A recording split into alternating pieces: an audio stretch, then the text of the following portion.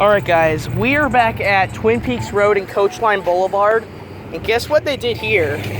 They replaced the buttons again. Wait to cross. That's a really quiet button.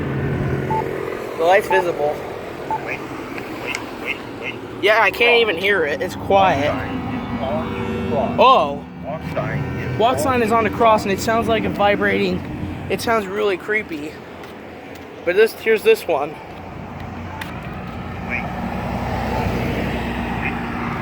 I'm guessing it said wait to cross. The only thing that hasn't changed is the median buttons. They're still manual. Wow. Wait. They're both brand new and extremely quiet.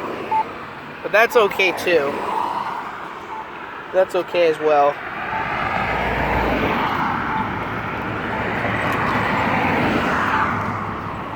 Should turn red in a second.